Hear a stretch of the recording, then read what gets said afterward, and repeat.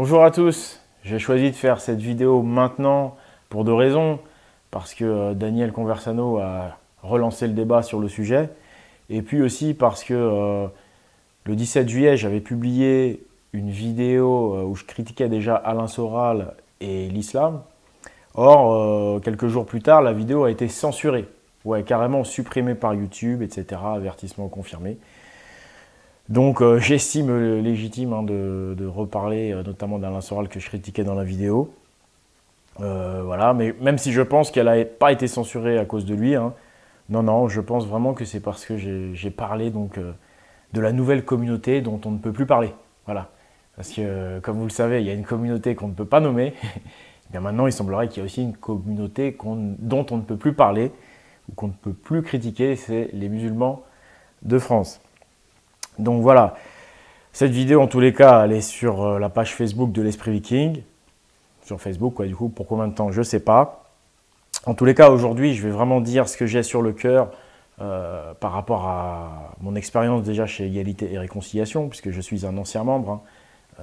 Pour beaucoup des Soraliens qui regardent, hein, parce que c'est à eux en priorité que je vais m'adresser dans cette vidéo, sachez que quand vous arriviez, en gros, moi je repartais déjà, hein, sachez que j'étais un membre actif, que j'ai créé une structure qui permettait de récolter, de centraliser des achats de fruits et légumes locaux. Donc, je faisais travailler des producteurs enracinés dans la région locale pour ensuite favoriser, bien sûr, leur économie, mais aussi favoriser du côté des adhérents de l'association Égalité et Réconciliation, déjà un certain esprit de communauté et puis leur donner accès à des légumes, des fruits de qualité pour être en meilleure santé, etc. Alors vraiment, si je fais cette vidéo, c'est parce que j'ai vraiment l'impression que dans ce monde, j'ai pas envie de dire dissidence, c'est un mot maintenant qui est connoté assez négativement, j'ai plutôt envie de dire dans ce monde de résistance, il n'y a personne, ou alors pas à ma connaissance, qui a eu cette réflexion. C'est qu'en janvier 2014, il y a vraiment eu, à mon sens, un basculement, une récupération, ou en tout cas une dérive, en tous les cas, d'égalité-réconciliation. On a vu le discours d'Alain Soral évoluer, on a vu surtout certaines choses qui n'ont pas été relayées par ER et qui auraient dû, selon mon sens. Et tout ceci va s'expliquer très simplement. En janvier 2014, on a parlé dans les médias d'Alain Soral et Dieudonné. Pendant une semaine, ça n'arrêtait pas. C'était en permanence sur tous les grands médias. Rappelez-vous, janvier 2014, on avait toute la dissidence de l'époque qui était en émulation. Ah, ça y est, on en parle d'eux, ça y est, on en parle d'eux. Sauf qu'effectivement, on ne leur a jamais donné la parole et qu'on parlait d'eux en mal. Mais là où tout le monde était dans l'émotion, moi, qu'est-ce que j'ai vu à froid? Je me suis dit, mais on est en train de leur faire une publicité de folie. On parle d'eux à tort et à travers. Je me suis dit, ça cache quelque chose. Surtout que j'avais déjà eu quelques soupçons. Avant cela, septembre 2013, il me semble la rentrée ou un peu après, les JRE de Farida Belgoul. Donc Farida Belgoul, dont j'ai toujours entendu que du bien en privé, avait lancé les journées de retrait des écoles, les JRE, pour la cause, c'est-à-dire pour empêcher, je crois, une certaine sexualisation de l'éducation à l'école. Je ne connais pas les détails, mais je sais que c'était bien et que tous les gens chez ER, tous les gens de la mouvance résistante étaient d'accord avec ça. Et pourtant, ER n'a absolument pas relayé ça, n'a absolument pas soutenu Farida. Et là, déjà, je me suis dit, ce n'est pas normal. Et en fait, quand j'ai vu ensuite tous les médias qui ont parlé de Dieudonné et Soral au mois de janvier, je me suis dit, c'est une publicité énorme. Et quand j'ai vu l'évolution aussi des spectacles de Dieudonné, notamment avec Le Mur, qui était effectivement, pour moi, beaucoup moins drôle que les précédents, qui était vachement abrupt, vachement brutal, vachement contre les juifs, je me suis dit, c'est bizarre quand même. C'est bizarre que le système, qui est fort intelligent, fasse autant de publicité à ces deux personnes, dont à l'époque, j'étais plutôt en accord avec les idées. Et puis, j'ai remarqué que le discours a changé. On est passé avant, donc à une époque où on parlait à mots pesés d'antisionisme et qu'on prenait bien le temps de séparer le petit peuple juif des de la communauté du lobby qui se trouve en haut, quoi. On est passé à un vocabulaire où on parlait tout le temps des juifs, et on faisait l'amalgame beaucoup plus volontairement, alors qu'avant on faisait toujours la différence. Attention, le petit peuple juif n'est pas concerné par ces choses. Moi, j'ai remarqué ce changement-là déjà dans le discours, dans le spectacle déjà de Dieudonné Lemur, qui est effectivement beaucoup plus simpliste d'esprit. C'est beaucoup moins fin, beaucoup moins intelligent que par exemple Marmoud ou des choses comme ça. Bref. Mais en tous les cas, tout ceci a été encore confirmé plusieurs mois plus tard par Alain Soral qui se contredit, qui crée un parti politique. Alors qu'à la belle époque, donc d'avant janvier 2014, il disait toujours, à juste raison, que la politique c'était pourri parce que de toute façon c'est l'argent qui fait l'opinion publique et que c'est l'opinion publique qui fait l'élection. Et donc c'est toujours le pouvoir de l'argent et qu'on ne pourra pas s'en sortir. Et donc il a créé ce parti politique. Et moi, donc en tant que membre, quand il a fait ça, parce que je ne l'avais pas encore complètement quitté, il a fait ça quelques mois après janvier. J'avais déjà des doutes, j'en avais parlé en privé. Mais j'ai été quand même à l'Assemblée, donc deuxième partie de 2014. Et puis je lui ai donc posé la question, parce qu'il venait de créer le parti politique. Je me rappelle, il y avait à peu près 200 personnes donc à l'Assemblée. Il commençait à y avoir du monde hein, chez ER. Bah oui, on avait parlé dans les médias, etc. Et j'étais le seul à lui poser la question, une question tout à fait légitime, hein, quand tu sais que à la base Soral est un anti-politique et qui crée son parti politique.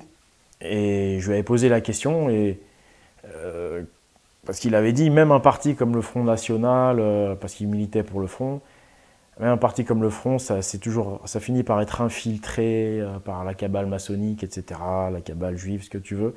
Parce que voilà, les gens rentrent dans les partis, et puis ensuite, ils discutent et ils font dériver le navire, tu vois. Et je lui avais dit, mais vu que vous avez créé ce parti, comment vous allez faire pour qu'on puisse se prémunir de ce genre de dérive? Là, au lieu de me dire, ouais, c'est intelligent, il faudrait effectivement qu'on se prémunisse de ça, je pensais qu'il allait me répondre ça, il m'a pas du tout. Il m'a envoyé sur les roses devant tout le monde. Il m'a dit, je me rappelle, vous savez, avec son air, il m'a dit, oui, tu es bien orgueilleux de dire ça, encore faudrait-il que je sois mort, tant que je serai là, tout ira bien, faites-moi confiance, limite prosternez-vous devant moi, du moment que je suis là, ça va aller, quoi. Donc là, je me suis dit, on est plus face à quelqu'un qui nous demande en fait de lui faire confiance aveuglément. Et ça, pour moi, c'est intellectuellement, c'est zéro. C'est au niveau des principes même, c'est zéro, quoi. On ne peut pas faire confiance à un humain, c'est pas possible. N'importe quel être humain, quel qu'il soit, il est trop fragile, on va lui faire des pressions. Même, admettons, c'est quelqu'un d'incorruptible, mais il aura quand même des pressions physiques qui peuvent aller jusqu'à, bien sûr, l'élimination. Mais on l'a bien vu, hein, avec Coluche ou comment Balavoine, on a quand même des doutes hein, sur leur meurtre. Mais bon, bref, on a plus de doutes sur la façon dont ils sont morts que sur leur moralité, quoi.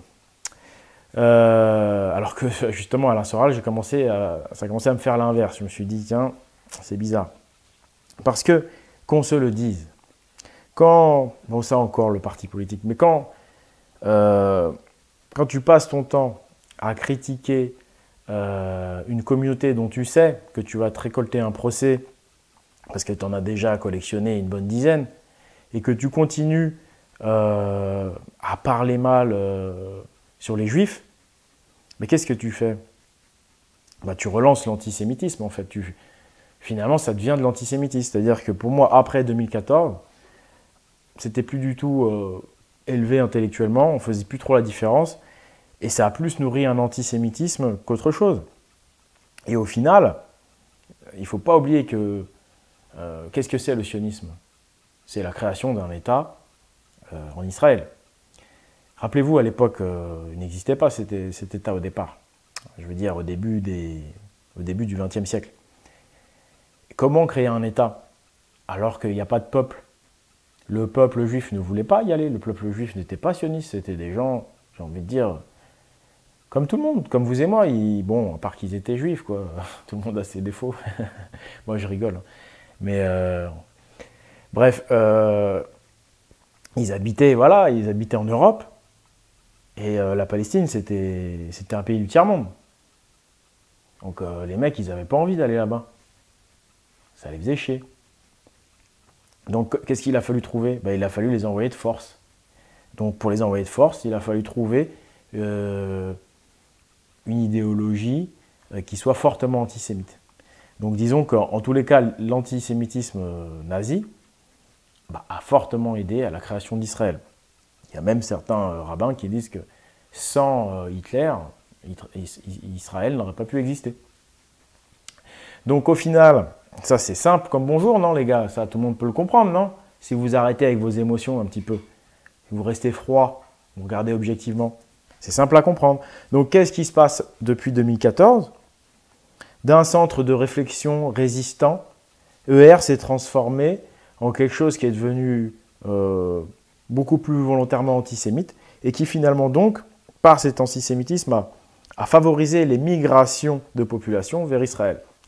Sachant que l'État d'Israël avait besoin de migration, il en a toujours besoin je crois, de juifs venant de France ou d'Europe, et bien finalement, des antisémites dans un pays européen, finalement aujourd'hui, ça répond aux besoins politiques de cette nation.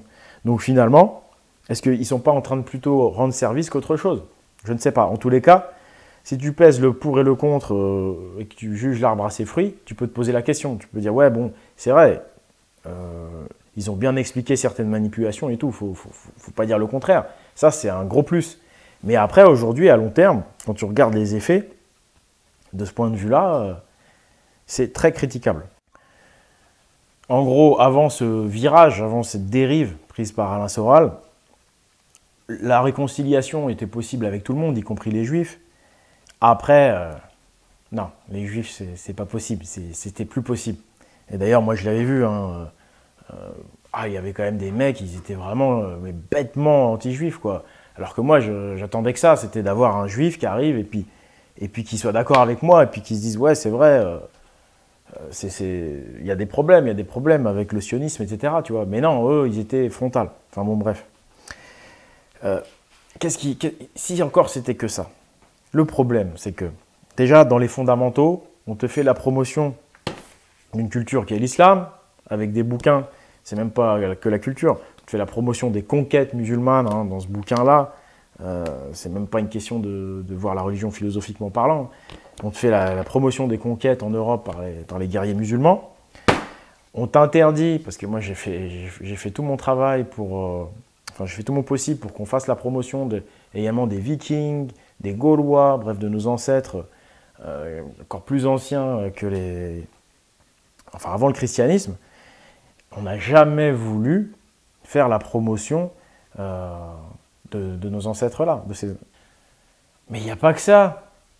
Avant, à cette époque-là, on parlait de tous les sujets chez ER. On parlait de la révélation des pyramides, on parlait de Jacques Grimaud, on parlait éventuellement des énergies alternatives, de l'histoire secrète de l'humanité, c'est-à-dire de choses qui peuvent remettre en cause la théorie de l'évolution, mais qui remettent en cause, et c'est là où bas blesse, certains textes bibliques, et c'est là où on s'aperçoit également qu'à cette époque, Soral rallie clairement l'Église catholique, et comme par hasard, quand on rallie l'Église catholique qui est pleine de dogmes, eh bien on se ferme la porte à tout le questionnement par rapport aux pyramides, par rapport à des technologies peut-être alternatives. Voilà, on a beaucoup moins parlé de toutes les choses constructives, alternatives, positives. On s'est beaucoup plus cantonné à dire, voilà, devenez catholiques, devenez musulmans, les juifs sont le problème, les juifs sont méchants. C'est vraiment devenu voilà, beaucoup plus grossier. En plus de ça, pour un parti qui se dit patriote, moi je suis choqué de voir qu'on fait la promotion de livres comme ça, qui te parlent des croisades musulmanes. Hein. L'islam, ça ne dérange pas, quoi, tu vois. Donc, les musulmans, ils ont le droit de faire de l'identitaire, mais nous, on n'a pas le droit, tu vois. Nous, on est de la merde. Et d'ailleurs, là-bas, chez ER, c'est comme ça. Quand tu es un blanc, tu es de la merde. ER, tout ce qu'ils veulent, c'est des Noirs et des Arabes, pour montrer qu'il y a des Noirs et des Arabes chez ER, pour montrer qu'il y a des Noirs et des Arabes qui peuvent être patriotes. Pourquoi pas? Mais finalement, tu as l'impression de te retrouver, tu es toujours dans le logiciel gauchiste au final, sauf que c'est teinté de religion, etc. Mais voilà, Moi, j'étais obligé, tu vois, d'écrire moi-même mon propre bouquin sur les Vikings, sur les Gaulois et sur les Celtes, tu vois. Parce que fallait pas compter sur eux, quoi. C'était un refus catégorique. Et là, c'est pareil. Pour moi, c'est une dérive. C'est pas patriotique. C'est pas patriotique. Moi, je voulais bien qu'on ouvre la porte à l'islam, aux musulmans. Mais pourquoi tu fermes la porte aux autres patriotes? Pourquoi tu fermes la porte aux patriotes païens? Qu'est-ce que c'est que ça? Tu es en train de cacher la vérité. C'est tout ce que tu es en train de faire. Bref, je vais pas aller plus loin là-dessus, mais ça, c'est pas normal. C'est pas normal. Pourquoi tu as des sujets qui sont jamais relayés, qui sont interdits, et pourquoi tu en as d'autres qui sont pourtant en opposition totale avec la francitude, à savoir l'islam tel qu'il est pratiqué en France. Pourquoi là, ça ne te pose pas de problème, même si effectivement tu dis que ce n'est pas le bon islam, tu dis qu'il faut un islam comme ceci, comme cela, mais au final, dans la tête des gens,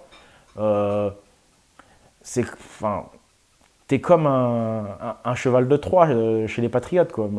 C'est-à-dire que même dans l'antre des patriotes, eh ben, tu arrives à faire accepter l'islam, quoi. Tu vois, tu arrives à islamiser.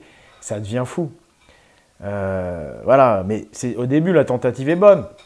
Mais quand tu t'aperçois que 95% des gens musulmans qui ont entre 15 et 40 ans connaissent égalité et réconciliation, connaissent les manipulations politiques, et qu'aucun n'essaye de se réconcilier avec son collègue français, tu te dis, mais en fin de compte, la main tendue, ils n'en veulent pas. La main tendue, ils s'en foutent complètement de notre gueule. Ils ont compris le jeu des sionistes et ils en tirent profit pour eux. Ils disent, ah bah tiens, finalement, c'est pas plus mal ce qu'ils font les sionistes. On va rien dire. Soral nous a expliqué comment faire pour être accepté par les patriotes. C'est-à-dire qu'on va prendre un petit drapeau bleu, blanc, rouge, mais c'est tout. Mais il n'y a rien de français dans la façon de vivre de certains. Parce qu'ils ne veulent pas, ça ne les intéresse pas. Donc finalement, ce n'est pas des patriotes. Il ne suffit pas d'avoir bleu, blanc, rouge, à mon avis, pour être patriote. Et puis après, j'étais encore plus choqué quand j'ai vu qu'il a commencé à faire la promotion du national-socialisme hitlérien. Alors, donc on t'interdit l'histoire des Vikings, mais par contre, on te fait la promo du national-socialisme, quoi. Non mais là, ça devient carrément de la folie, quoi. Mais où est le bel esprit du début, où on cherchait un monde meilleur? Où est l'esprit du début, où on relayait Étienne Chouard, c'est cet idéaliste fantastique qui veut le système le plus juste, le plus méritocratique possible? Non, c'est vrai, mon oncle m'avait averti dès le départ, quand il avait vu qu'il parlait en bien du royalisme. Moi, ouvert d'esprit, ouvert à tout, même au royalisme, je disais, mais non, mais mon oncle, t'inquiète, c'est pas grave. Il avait raison, malheureusement, c'est devenu que ça. C'est-à-dire que tout ce qui est pensée unique, tout ce qui est dictatorial, autoritaire, fasciste, il n'y a plus du tout de recherche du beau, plus du tout de recherche tout court. Ça y est, il a trouvé, c'est la religion catholique, c'est l'islam, il n'y a rien de mieux, c'est des dogmes. C'est l'apologie du nazisme, c'est l'apologie de la Corée du Nord, c'est l'apologie du fascisme. Alors qu'au départ, on nous avait parlé du fascisme comme, voilà, finalement, un système plus ou moins comme un autre, même s'il est critiquable. Mais au final, maintenant, il n'y a plus que ça. Donc au final, il a accepté l'étiquette que le système a décidé de lui donner. Il a accepté son rôle de chien de garde. Moi, je dis qu'Alain Soral est un chien de garde de la soi-disant dissidence que moi j'ai envie qu'on appelle résistance. Il a accepté son rôle de nazi, il a accepté son rôle d'antisémite, alors qu'au départ, l'intelligence ne veut pas que l'on soit comme ça.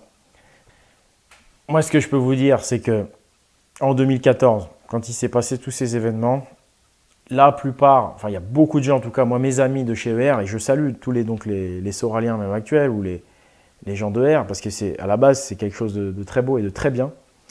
Mais pour moi, le président est parti sur un mauvais cap depuis longtemps. Et je peux vous assurer que la très très grande majorité, pour ne pas dire tous les gens que j'ai fréquentés à ER à l'époque, c'est-à-dire dernièrement en 2014, et en tout cas tous mes amis, se sont tous barrés, exactement comme moi, parce qu'ils ont bien vu que ça n'allait plus, qu'il avait changé de cap. Et aujourd'hui, ça existe grâce aux gens qui sont venus suite à la publicité faite dans les médias. Donc en janvier 2014. Donc ne soyez pas dupes. Ce n'est pas parce qu'ils ont critiqué Alain Soral et Dieudonné à mort qu'ils n'ont pas fait de la pub. Ils ont fait de la pub. Nous, on le sait très bien en tant que youtubeur. L'essentiel, c'est qu'on parle de toi. Et surtout, quand on parle de toi dans les médias français pendant une semaine, mais c'est un buzz de malade. Ils ont trouvé des tas de nouveaux adhérents avec lesquels leur nouvelle doctrine, qui semblait en apparence être à peu près identique, mais qui en fait n'était plus du tout la même, a pu passer. Parce que ces gens-là n'avaient pas connu la belle époque des idéalistes, qui aujourd'hui n'existe plus chez ER. Aujourd'hui, si trouver des médias un peu plus libres, il faut aller chez Meta TV, faut aller voir Daniel Conversano. Voilà, ça c'est des gens encore où tu as encore une certaine liberté d'expression. Mais chez ER, c'est fini. Chez ER, Ah, moi maintenant, franchement, ça me fait... Enfin, voilà. Ça me fait pas vomir, mais berk, quoi. Ça a baissé de niveau, quoi. Je peux vous assurer, voilà, que... On me l'a dit, même en interne. Ils m'ont dit, il y a des tas de gens qui ont été virés, il y a des tas de nouveaux gens qui sont arrivés à la place. Enfin, c'est infiltré de ouf, quoi. Il y a des accords, c'est clair et net, hein. Je vous ai expliqué, voilà, en gros, son rôle, hein, c'est le chien de garde de la dissidence, voilà, révoltez-vous, alors à condition d'être contre les juifs, à condition de vous payer un procès, hein. Sauf que lui, les procès, avec le fric qu'il fait, il peut les rembourser à l'aise, hein. Il calcule, tu sais, la publicité qui se fait avec le procès, combien ça va lui coûter et combien ça va lui rapporter au bout. Non, mais c'est ça, malheureusement. Quand tu vois que sur le site, on met... comme des combats de boxe, le procès Alain Soral contre machin, tu te dis, non mais attends. Et quand tu vois ça tous les jours pendant des mois, tu te dis, mais c'est quoi ça? Voilà, quand tu t'attaques à quelque chose de plus fort que toi, comme le fameux lobby qu'on ne peut pas nommer, c'est comme si toi, tu es un petit chien, tu vois, tu n'as pas de puissance, tu t'attaques à un gros soldat, tu vois, et tu lui mords sa botte. Bah, la première fois, tu te fais jarter, même si tu étais un petit chien, et que tu avais raison si tu veux, parce qu'effectivement leur idéologie est critiquable, tout le monde va te porter secours et c'est normal. Et c'est ce qui s'est passé au début avec ER, etc., avec Soral. Mais quand tu remords une deuxième, une troisième, une quatrième, mais t'étonnes pas que le soldat, il te mette des coups de savate. Et le pire, c'est qu'il y a un effet pervers, c'est qu'à force de les attaquer comme vous faites en permanence, alors que ça sert strictement à rien, vous leur donnez caution pour se renforcer. C'est-à-dire que maintenant, ils sont plus légitimes à se donner plus de moyens parce qu'effectivement, même si vous avez raison dans vos attaques, l'effet que ça produit dans la masse, c'est que déjà les gens de la masse ne vous comprennent pas et que pour eux, ça les légitimise. Voilà, ça fait monter l'antisémitisme parce que voilà, votre discours a été largement simplifié. Pour terminer cette critique sur Alain Soral, je vais vous parler de le peu de relations que j'ai eues avec Alain Soral, d'homme à homme, je vais vous parler de l'homme. Et je vais simplement comparer ça avec les autres personnalités que j'ai fréquentées ou que je fréquente même encore. Donc Alain Soral, par rapport à Daniel Conversano, par rapport à Jacques Grimaud, par rapport à Thierry Casanova ou à Piero San Giorgio, je vais même dire, même si Piero, je ne l'ai pas encore vu physiquement, je l'ai assez souvent au téléphone, on va dire. Enfin, je l'ai au téléphone quoi, de temps en temps. Je peux vous assurer qu'il y a un monde, enfin, c'est un truc de fou, parce que moi j'avais d'abord rencontré M. Soral, et c'est vrai qu'il est d'une froideur incroyable, il est respectueux, vous ne pouvez pas discuter avec lui, il prend tout comme une attaque, c'est assez hallucinant, quoi. Et puis en plus, pour lui avoir serré la main, c'est vrai que moi je suis de la campagne, hein, je suis un Normand, c'est vrai que la poignée de main, ça veut dire quelque chose aussi, tu vois. Et effectivement, quand je lui ai serré la main, comme on dit chez nous, j'ai l'impression de serrer la main à un poisson mort. Tu vois, il donne les bouts des doigts. Tu vois, alors que quand j'ai serré la main à toutes ces autres personnes, surtout Jacques, il a vraiment une bonne poignée de main de campagnard, j'ai envie de dire. Daniel aussi, Conversano, a une franche poignée de main. Thierry Casanova, un peu moins, c'est un mec du Sud, on va dire. Mais... Mais pas de problème, quoi. Thierry Casanova, c'est quelqu'un, tu discutes avec lui, normal, il est vachement accessible, il est très très très gentil. Voilà, moi c'est quelqu'un que j'apprécie vraiment, Thierry Casanova. Jacques Grimaud, bah, pareil, quoi, c'est vraiment quelqu'un de très très sympa, très très accessible. Il va bouffer avec nous, il va bouffer avec toi, il n'y a pas de problème. Enfin, moi je les trouve... Parce que c'est des gens normaux, des gens sympas avec qui tu vois, tu échanges, il y a quelque chose qui se passe, tu vois, tu sens que c'est des vrais êtres humains. Et Daniel Conversano, bah, pareil, mais lui j'étais encore plus agréablement surpris, c'est qu'il est d'une gentillesse, c'est vrai, il est vraiment hyper sympa, il a vraiment pas beaucoup d'ego, quoi, et tu vois, il est pas du tout la grosse tête, il est super sympa. Et moi, dans mon ressenti, hein, quand je le compare à ces personnalités-là que je fréquente, ou que j'ai fréquenté, on va dire, eh ben, il n'y a pas photo, quoi. D'un côté, j'ai des gens sympas, qui ont vraiment l'air sincères. La preuve, ils discutent avec tout le monde. Alors qu'au départ, moi, quand je les ai rencontrés, je n'avais même pas de chaîne YouTube, hein, j'étais plus ou moins inconnu, quoi, hein, j'étais Monsieur Tout-le-Monde. Carla Soral, waouh, c'est chaud, quoi. D'ailleurs, tous mes collègues de R, même certains qui étaient plus anciens, me le disaient. T'as réussi à parler un petit peu avec lui, putain, c'est un truc de fou, quoi. Enfin, parler avec lui, tu dis un truc, c'est que tu te fais engueuler. En fait, j'avais réussi à me faire engueuler par Soral. Non, mais c'est vrai, tu rigoles, mais c'est ça. Et voilà, mais après, je dis pas que c'est une mauvaise personne. Je dis juste que pour moi, ce qu'il a fait là, ça arrange le système. Je dis pas qu'il l'a fait volontairement. Hein. J'attaque pas son intégrité morale. Je dis peut-être que des fois, dans l'ego, on oublie un peu certains principes, ou on perd un peu le cap parce qu'on veut garder le leadership. Voilà, c'est pas forcément. Je suis pas en train de dire il a collaboré ou quoi. Je dis juste que si tu regardes objectivement le navire, la direction qu'il lui a fait prendre, il y a des gens qui pourraient être tentés de dire ça. Moi, je pense pas. Je pense que simplement, il a tellement un ego énorme, peut-être il n'a pas réussi, tu vois, à être objectif et qui, voilà, c'est pas évident hein, ce qu'il a fait. Moi, je dis qu'il a fait du très bon travail au départ. Et puis, je pense voilà, que depuis 2014, ça s'est compliqué pour lui, sans doute. Hein. Mais voilà, ça ne trompe pas, quoi. Quand tu soutiens pas Farid Abelgoul Heureux, quand tu relais plus des tas de gens comme Jacques Grimaud, mais bon encore, Jacques Grimaud c'est pareil, lui le pauvre, il y a plein de gens qui lui tombent dessus, mais vous allez voir, quand il va faire son film, il va vous calmer un petit peu. Mais voilà, ce que je veux dire, c'est que c'est un peu, il a vampirisé toute la dissidence. Voilà. Lui maintenant c'est plutôt la chiassidence, j'ai envie de dire, mais repartons sur une résistance plus saine. ER a beaucoup vampirisé pour ensuite finalement dégager tout le monde et garder qu'eux avec leurs petits copains judéo-catholico-islamiques pour pouvoir donc censurer un maximum puisque comme tout rentre toujours en contradiction avec ces dogmes, tu ne peux plus rien aborder, tu ne peux plus aborder les vikings, tu ne peux plus aborder les pyramides, tu ne peux plus aborder les énergies alternatives. Et puis voilà, comme ils sont dans... Enfin, bref, moi je trouve que ça manque de réflexion et d'ouverture.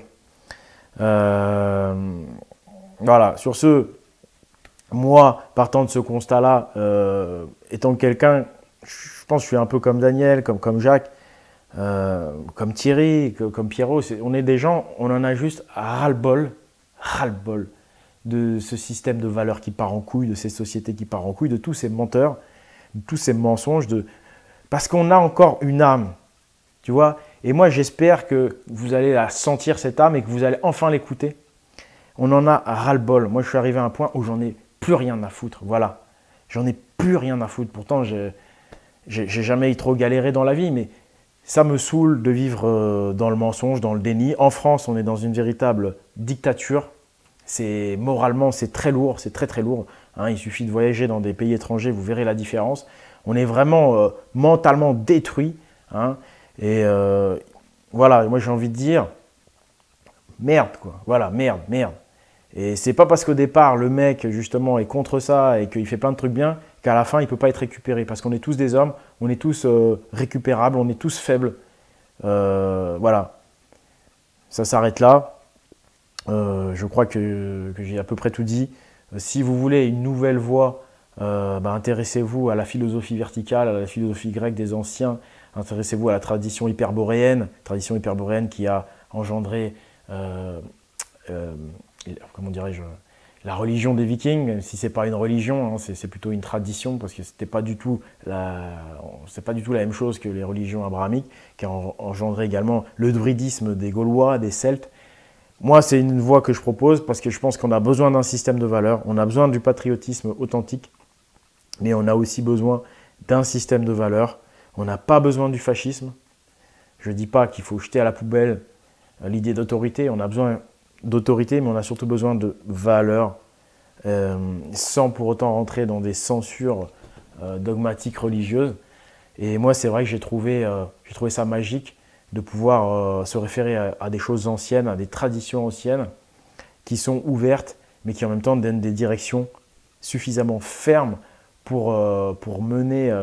toute une tribu de gens qui est en train de se constituer sur Internet, notamment sous l'impulsion de beaucoup de gens, comme Meta TV, comme Daniel Conversano, comme je sais pas moi. Je suis pas là pour sucer tout le monde, mais il faut vraiment, je pense que que les gens, il faut arrêter d'avoir peur et surtout, ne rentrez pas dans le piège, à mon avis, ça c'est personnel, des religions. Allez plutôt vers quelque chose qui est vertical. Et c'est pour ça que moi, donc, j'ai une chaîne qui s'appelle Pagan TV maintenant, qui est un site qui s'appelle pagan.eu.